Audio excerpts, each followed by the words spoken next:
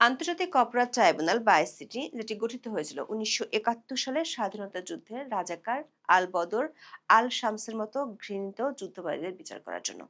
2024 সালের রাজনৈতিক পট পরিবর্তনের পর আইনকে পকেটে পুরে সেখানে ইউনূসের সরকার শুরু করেছিল জুলাই হত্যাকাণ্ড সহ আওয়ামী লীগ আমলে সংগঠিত গুম খুনের বিচার।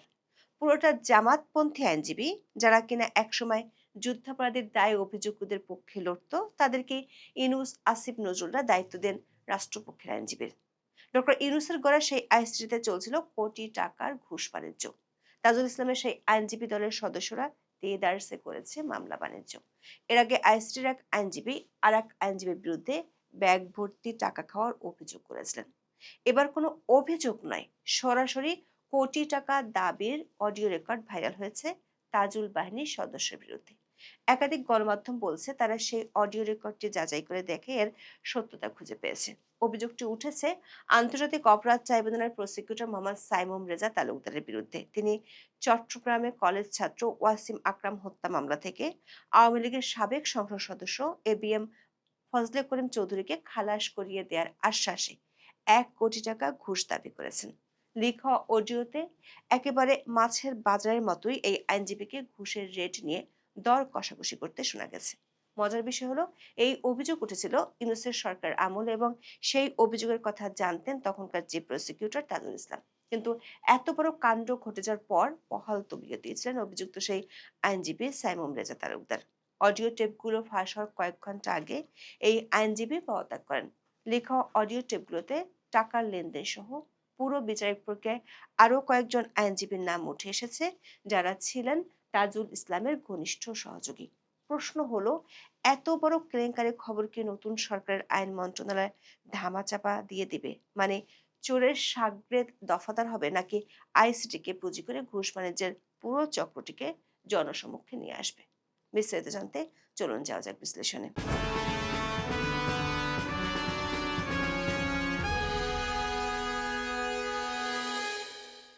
পরপর দুটো অডিও রেকর্ড ফাঁস হয়েছে।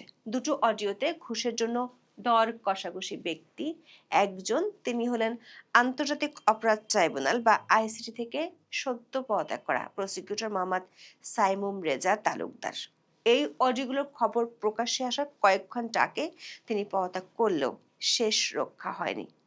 গণমাধ্যমের খবরের সামনে চলে এসেছে জুলাইয়ের মামলা বাণিজ্যে কিভাবে দর কষাকষি করতেন আইসিটির প্রসিকিউটররা।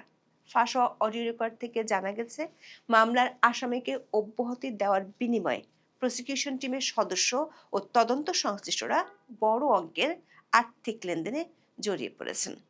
ফাঁস হওয়া দুটি অডিও রেকর্ডে দেখা যায়, প্রসিকিউটর সাইমুম রেজা তালুকদার ও আসামি পক্ষের আইনজীবী রেজওয়ানা ইউসুফের মধ্যে 1 কোটি টাকার বিনিময়ে আসামিদের নাম বাদ দেওয়ার বিষয়ে আলোচনা হচ্ছে। রেজওয়ানা ইউসুফ চট্টগ্রাম 6 আসনের সাবেক সংসদ সদস্য এবিএম ফজলে করিম চৌধুরীর ভাতিজি। ফজলে করিম চৌধুরী বর্তমানে জুলাই আন্দোলন সংশ্লিষ্ট একটি মামলায় কারাগারে আছেন এবং তার ছেলে ফারাজ করিম চৌধুরী জামিনে রয়েছেন। অডিও রেকর্ড অনুযায়ী এই দুজনকে মামলা থেকে রেহাই দিতে 1 কোটি টাকা দাবি করা হয়েছিল। এই অর্থ কয়েক কিস্তিতে পরিশোধের পরিকল্পনা নিয়ে আলোচনা হয়। টাইমস অব বাংলাদেশের খবরে বলা হয়েছে, আইন, বিচার ও সংসদ বিষয়ক মন্ত্রণালয় এবং ট্রাইব্যুনাল সংশ্লিষ্টরা এই অডিওর প্রাথমিক সত্যতা নিশ্চিত করেছেন। 1 মিনিট 36 সেকেন্ড এবং 3 মিনিট 42 সেকেন্ডের দুটি কল রেকর্ডে আর্থিক লেনদেনের পাশাপাশি প্রসিকিউটর তারেক আব্দুল্লাহ, আব্দুল্লাহ আল নোমান, মইনুল করিম এবং তানভীর হাসান জোহার নামও উঠে আসে, যদিও এদের সবাই এখনো বহাল তবিয়তে আছে। চট্টগ্রাম 6 বা রাউজান আসনে আওয়ামী লীগ থেকে 5বার সংসদ সদস্য ছিলেন ফজলে করিম চৌধুরী। 2024 সালের 16 জুলাই বৈষম্য বিরোধী আন্দোলনের সময় চট্টগ্রাম শহরে 3 জন নিহত হয়। ওই ঘটনায় মানবতা বিরোধী অপরাধের মামলায় ফজলে করিম চৌধুরীকে গ্রেপ্তার দেখানো হয়। দুদিন পর অর্থাৎ 2024 সালের 18 জুলাই শহরে আরো দুটি হত্যার ঘটনায় ফজলে করিম চৌধুরীর বিরুদ্ধে জড়িত থাকার অভিযোগ আনা হয়। 2025 সালের 16 ফেব্রুয়ারি তাকে প্রথমবার আইসিটিতে হাজির করা হয়। ফজলে করিম চৌধুরীর বিরুদ্ধে এখন পর্যন্ত কোনো অভিযোগপত্র দাখিল করা হয়নি। এর বাইরে দণ্ডবিধির আওতায় করা মামলায় তাকে ফৌজদারি আদালতে গ্রেপ্তার দেখানো হয়েছে। দৈনিক প্রথম আলোর খবরে বলা হয়েছে, এবিএম ফজলে করিম চৌধুরীর পরিবারের দাবি, সাবেক এই সংসদ সদস্যকে আটকের প্রায় 2 মাস পর গত বছরের এপ্রিলে প্রসিকিউটর সাইমুম রেজা তালুকদার প্রথম তাদের সঙ্গে যোগাযোগ করেন। তারা জানান, এই প্রসিকিউটর তাদের বলেছিলেন অর্থের বিনিময়ে তিনি ফজলে করিম চৌধুরীর জামিন নিশ্চিত করতে পারবেন। তদন্ত প্রতিবেদনের একটি অনুলিপি পেতেও সহায়তা করতে পারবেন তিনি। শুরুর দিকে সে আলাপগুলো রেকর্ড করা হয়নি বলে পরিবারটি জানিয়েছে। পরিবারের দাবি, পরবর্তী আলাপগুলোয় সাইমুম রেজা তাদের আইসিটির কয়েকজন তদন্ত কর্মকর্তাকে টাকা দেওয়ার পরামর্শ দিয়েছিলেন। সাইমুমের দাবি, ওই কর্মকর্তা ফজলে করিম চৌধুরীর বিচারের দাবি করে আসা মনিরিয়া নামে একটি ধর্মীয় সংগঠন থেকে ঘুষ নিয়েছেন। 2025 সালের শেষের দিকে পরিবারটি সাইমুম রেজার সঙ্গে তাদের কথোপকথন রেকর্ড করা শুরু করে বলে প্রথম আলো এবং নেত্র নিউজকে জানিয়েছে। তাদের হিসাব অনুযায়ী সাইমুম রেজা মোট 26 বার তাদের সঙ্গে যোগাযোগ করেছেন, মধ্যস্থতাকারীদের মাধ্যমে, এবং নিজে অন্তত 14 বার ঘুষ চেয়েছেন। গত বছরের 11 ডিসেম্বর ফজলে করিম চৌধুরীর পরিবার তার জরুরি চিকিৎসা চেয়ে ট্রাইব্যুনালে লিখিত আবেদন করে। আবেদনটি জমা দেওয়ার প্রায় 10 মিনিট পর সাইমুম রেজা তালুকদার তাদের ফোন করেন। পরিবারের ভাষ্যমতে সাইমুম জানান, ইতিমধ্যে আবেদনের বিষয়ে অবগত আছেন। তিনি প্রশ্ন তোলেন কেন তারা আগে থেকে তার সঙ্গে যোগাযোগ করেননি। তিনি ইঙ্গিত দেন আবেদনটি মঞ্জুর করার জন্য অর্থের প্রয়োজন হবে। এই ফোন কলটি রেকর্ড করা হয়নি, তবে ওই দিন সন্ধ্যায় আরেকটি কথোপকথন রেকর্ড করা হয়। তাতে সাইমুম রেজা তালুকদার আবারও অর্থের বিষয়টি তোলেন। ফজলে করিমের পরিবার তাকে জিজ্ঞাসা করেছিল তিনি কত টাকা চান। তিনি বলেছিলেন, আলটিমেটলি যদি একটা ব্যবস্থা করা যায় তাহলে সব মিলিয়ে ওনার ব্যাপারে একটা এক্সপেকটেশন থাকবে যে 1, তিনি এটি কিস্তিতেও হতে পারে বলে জানান, সেটা 10, 20 যাই হোক না কেন। পরিবারটিকে তিনি কথোপকথন দিয়ে 1 কোটি টাকা বা 10 বা 20 লাখ টাকার কিস্তি বুঝিয়েছিলেন। পরবর্তী আলাপগুলোয় এ বিষয়ে স্পষ্ট হয়ে ওঠে। একই কথোপকথনের সময় সাইমুম রেজা মামলার বিষয়ে প্রসিকিউশনের ভিতরের সভাগুলো নিয়েও আলোচনা করেন। তিনি ইঙ্গিত দেন যে তদন্তকারীরা প্রমাণ পেতে হিমশিম খাচ্ছেন। যেহেতু পুলিশ কিছুই পাচ্ছে না, এখন বড় বড় কয়েকজন দিয়ে ওরা এটা করাতে চায়। অবশ্যই তারা তাকে ফাঁসাতে চায়, ফজলে করিম সাহেবকে ফাঁসাতে চায়। দর্শক, বিষয়টি এমন নয় যে প্রসিকিউটর সাইমুম বিষয়টি একাই করেছেন। ঘুষের বিনিময়ে মামলা বাণিজ্যের এই প্রক্রিয়ার খবর জানতেন তখনকার চিফ প্রসিকিউটর জামাতপন্থী আইনজীবী তাজুল ইসলাম। গত বছরের 18 ডিসেম্বর ফজলে করিমের পরিবারের সদস্যরা ট্রাইব্যুনালের তৎকালীন প্রধান প্রসিকিউটর তাজুল ইসলামের সঙ্গে দেখা করেন এবং অর্থ চাওয়ার অভিযোগের বিষয়টি জানান। ফজলে করিমের পরিবারের একজন সদস্য বলেন, প্রধান প্রসিকিউটরকে এই দুর্নীতি এবং প্রসিকিউটরাল অসাধারণ সম্পর্কে সচেতন করতে তারা চেয়েছিলেন। একই সঙ্গে তারা তাকে অনুরোধ করতে চেয়েছিলেন যাতে তিনি যথাযথ ব্যবস্থা নেন এবং নিশ্চিত করেন তদন্ত ও পরবর্তী কার্যক্রমগুলো কোনো পক্ষপাত ছাড়াই যথাযথ আইনি প্রক্রিয়া অনুসরণ করে এবং সুষ্ঠুভাবে হয়। পরিবারের সদস্যদের দাবি, 10 ডিসেম্বরের কথোপকথনের সেই রেকর্ডটি তারা তাজুল ইসলামকে শুনিয়েছিলেন, তবে তাকে কোনো কপি দেননি। এরপর সাইমুম রেজাকে ফজলে করিমের মামলা থেকে সরিয়ে দেওয়া হয়, যদিও তিনি ট্রাইব্যুনালের প্রসিকিউটর হিসেবে কর্মরত রয়ে যান। এ বিষয়ে সাবেক চিফ প্রসিকিউটর তাজুল ইসলাম বলেছেন, সাক্ষ্য প্রমাণে প্রমাণিত না হওয়া পর্যন্ত কেবলমাত্র অভিযোগের ভিত্তিতে কোনো প্রসিকিউটরের বিরুদ্ধে ব্যবস্থা নিতে পারতেন না। কোনো প্রমাণই পেশ করা হয়নি। গত বছর 29 ডিসেম্বর আবারও ফজলে করিম চৌধুরীর পরিবারকে ফোন করেন সাইমুম রেজা তালুকদার। তিনি বলেন, চিফ প্রসিকিউটর বলছিলেন তার কাছে অডিও রেকর্ড আছে, এই আছে, সেই আছে। আমি তো একটু অবাক হচ্ছি, হয়তো ব্লাফও দিয়েছে।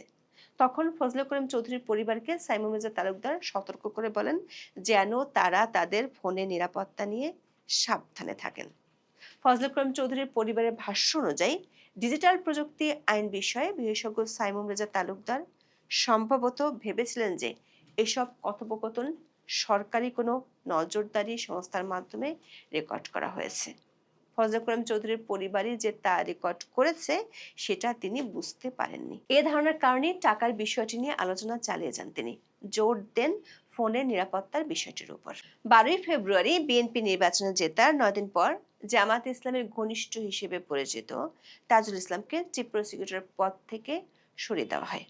তার জায়গায় নিয়োগ দেওয়া হয় বিএনপি পন্থী হিসেবে পরিচিত আইনজীবী আমিনুল ইসলামকে। নতুন চিফ প্রসিকিউটর নিয়োগের পরদিন গত 24শে ফেব্রুয়ারি ফজলে করিম চৌধুরীর পরিবারকে আবার কল করেন সাইমুম রেজা তালুকদার। কলে বলেন তিনি আবার এই মামলাতে ইন করবেন। সাইমুম রেজা কলে আরো বলেন প্রসিকিউটররা শিগগিরই ফাইলগুলো পর্যালোচনা করবেন। ফজলে করিম চৌধুরীর জামিনের পক্ষে তিনি যুক্তি তুলে ধরবেন। প্রধান প্রসিকিউটরকে তার মতো করে বিষয়টা ব্যাখ্যা করবেন। তার পক্ষ থেকে চেষ্টা থাকবে যেন মামলাটা কঠিন না হয়ে যায়, অন্তত ফজলে করিম চৌধুরী যেন জামিন পান। এসব কথা বলার পর আবার টাকার প্রসঙ্গে ফিরে যান সাইমুম রেজা তালুকদার। তিনি বলেন এ ধরনের কোনো কিছু প্রসিকিউটরদের কানে যাওয়া মানেই হচ্ছে তার কাজ করার জায়গাটা বন্ধ হয়ে যাওয়া। এরপর আগে যে টাকার অঙ্ক বলেছিলেন সেটি আবার উল্লেখ করেন সাইমুম রেজা তালুকদার। তিনি বলেন লাস্ট টাইম আমি বলেছিলাম যদি আলটিমেটলি ওনাকে ছুটায় নিয়ে আসা যায় তাহলে একটা বেশ ভালো অ্যামাউন্টের কথাই বলেছিলাম, যে আমি 1 crore কথা বলেছিলাম। কথা বলার এক পর্যায়ে আবার অগ্রিম টাকার বিষয়টি তোলেন সাইমুম রেজা। তিনি বলেন এখন সবচেয়ে বেস্ট হয় যদি আমাকে একটু একটা অ্যাডভান্স, যদি কিছু একটা থাকে 10 লাখের মতো যদি অ্যাডভান্স দেওয়া যায় খুব ভালো হয় ইন ক্যাশ। ট্রাইব্যুনালের নতুন নেতৃত্বে তার প্রভাব বাড়বে বলে উল্লেখ করেন সাইমুম রেজা তালুকদার। ফজলে করিম চৌধুরীর পরিবারকে বলেন আচ্ছা আরেকটা জিনিস, সেটা হচ্ছে ইনশাল্লাহ আর কদিন পর আমার প্রভাব আরো বাড়বে ট্রাইব্যুনালে, বিকজ বর্তমান চিফ প্রসিকিউটর বিএনপিপন্থী, দেখি কি করা যায়। এর 2 দিন পর অর্থাৎ গত 26শে ফেব্রুয়ারি সাইমুম রেজা তালুকদার আবারও ফোন করেন এবং ফজলে করিম চৌধুরীর পক্ষে তদবির করবেন বলে তার পরিবারকে প্রতিশ্রুতি দেন। কথা বলা শেষ হওয়ার সঙ্গে সঙ্গে সাইমুম রেজা তালুকদার আবার ফোন করেন এবং আবারও টাকা পয়সার বিষয়টি তোলেন। সাইমুম রেজা তালুকদারের কথা শুনে তখন ফজলে করিম চৌধুরীর পরিবারের সদস্যরা কিভাবে টাকা দিবেন সেটা জানতে চান। তখন সাইমুম রেজা তালুকদার বলেন ওই তো মানে রেগুলার কোর্টে যখন আসবে তখন এক ফাঁকে আলাপ হবে। 26শে ফেব্রুয়ারি বিকেলে কয়েকটি কথোপকথনের রেকর্ডিং নতুন আইনমন্ত্রী মোহাম্মদ আসাদুজ্জামানের কাছে পাঠায় পরিবার। এর 4 দিন আগে ঘুষ দাবির অভিযোগ সম্পর্কে জানতে আইনমন্ত্রীর সঙ্গে দেখা করেছিলেন পরিবারটি। এরপর ফজলে করিম চৌধুরীর পরিবারের সঙ্গে কথোপকথনের আরেকটি রেকর্ডে সাইমুম রেজা তালুকদার বলেন মন্ত্রী তাকে গ্রেপ্তারের হুমকি দিয়েছেন। তিনি বলেন আপনার স্বজন সেই অডিও রেকর্ড করে আইনমন্ত্রীকে দিয়ে দিয়েছে। তিনি আরো বলেন আপনি কি আমাকে একটু হেল্প করতে পারবেন? আইনমন্ত্রী আমাকে এখন মাত্র ফোন করছে, ফোন করে বলতেছে আমাকে পুলিশে দিবে। বর্তমান প্রধান প্রসিকিউটর আমিনুল ইসলাম এই ঘটনার বিষয়ে অবগত নন বলে জানিয়েছেন। তিনি আরো বলেন মন্ত্রী তাকে এ বিষয়ে কিছু বলেননি। এদিকে সাইমুম রেজা তালুকদার নিজের ফেসবুক পেজে পোস্ট দিয়ে তার বিরুদ্ধে আনা অভিযোগ অস্বীকার করেছেন। তিনি এসব অভিযোগকে ভিত্তিহীন ও বানোয়াট বলেছেন। আইসিটি থেকে পদত্যাগের কারণ হিসেবে সাইমুম রেজা পোস্টে তার আগের কর্মস্থল বিশ্ববিদ্যালয়ের শিক্ষকতায় এবং গবেষণায় ফিরে যাওয়ার কথা তুলে ধরেন। দর্শক, সাবেক আইন উপদেষ্টা আসিফ নজরুল, জামাতপন্থী আইনজীবী অ্যাডভোকেট তাজুল ইসলামের নেতৃত্বে আইসিটি যে প্রসিকিউশন টিম বানিয়েছিলেন তাদের বিরুদ্ধে অভিযোগ এই প্রথম নয়।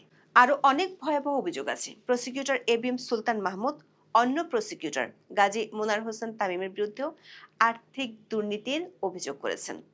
এছাড়া আশুলিয়ায় 6 জনকে পুড়িয়ে হত্যার ঘটনায় এক এসআইকে আসামি না করে সাক্ষী করা, চাংখারপুরে গুলিবর্ষণের মামলায় আর এক এসআইকে আসামি না বানিয়ে সাক্ষী করা এবং সাবেক প্রধানমন্ত্রী শেখ হাসিনার বিরুদ্ধে মামলায় তাকে সাক্ষী হিসেবে উপস্থাপন করার মতো ঘটনাগুলো নিয়ে প্রসিকিউশন টিমে চরম উত্তেজনা সৃষ্টি হয়েছিল। এমনকি সাবেক আইজিপি মামুনকে রাজসাক্ষী বানানোর পেছনে আছে অনেক কাহিনী। এক পর্যায়ে প্রসিকিউটর সুলতান মাহমুদ ও তামিমের অফিসের ভিতরে এসআই আশরাফুলের সঙ্গে হাতাহাতির উপক্রম হয়েছিল। এছাড়া রামপুরা হত্যাকাণ্ডে সেনা কর্মকর্তাদের অভিযুক্ত করা হলেও 2 পুলিশ কর্মকর্তাকে মামলা থেকে বাদ দেওয়া নিয়ে প্রশ্ন উঠেছে। প্রশ্ন হলো পা থেকে মাথা পর্যন্ত যে আইসিটির বিরুদ্ধে এত এত অভিযোগ, সেই আইসিটি নিয়ে বিএনপি সরকার কি করবে? যেসব আইনজীবীর বিরুদ্ধে অভিযোগ উঠেছে তাদেরকে কি আইনের আওতায় আনা হবে, নাকি জুলাই নিয়ে বাণিজ্য করা এই গ্রুপটি বিএনপিকেও ম্যানেজ করে ফেলবে? এখন এই পর্যন্ত। সবাই ভালো থাকুন, সুস্থ থাকুন, নিরাপদে থাকুন। দেখা হবে আগামী পর্বে।